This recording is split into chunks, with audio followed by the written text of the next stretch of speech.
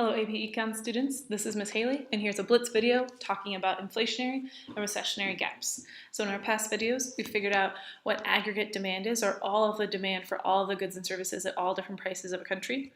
And then we've talked about aggregate supply in the short and the long run. So all of the different items that are supplied by all the different firms in a country in the short term. So when the wages and the resource prices are sticky versus in the long run when those wages and input prices can be flexible. So we found this equilibrium point of price levels and quantity, and we're saying this is showing an economy at full employment output. But what happens if the country's output is actually above this full employment output, and what happens if a country's output is below the full employment output? So this is what we're going to talk about really quickly. So if we see that for some reason the demand that people want, meeting with the aggregate supply in the short run, actually reaches a demand for goods and services that exceeds production, that's larger. If we have this larger quantity, then we're having an inflationary gap. So the current level GDP quantity is higher than the anticipated GDP at full employment levels.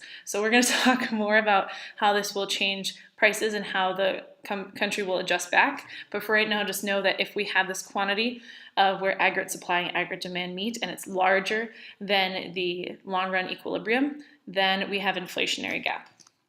And then for recessionary gap, if the current level GDP is actually lower than anticipated GDP at full employment levels, we see a recessionary gap, or this can also be called a contractionary gap.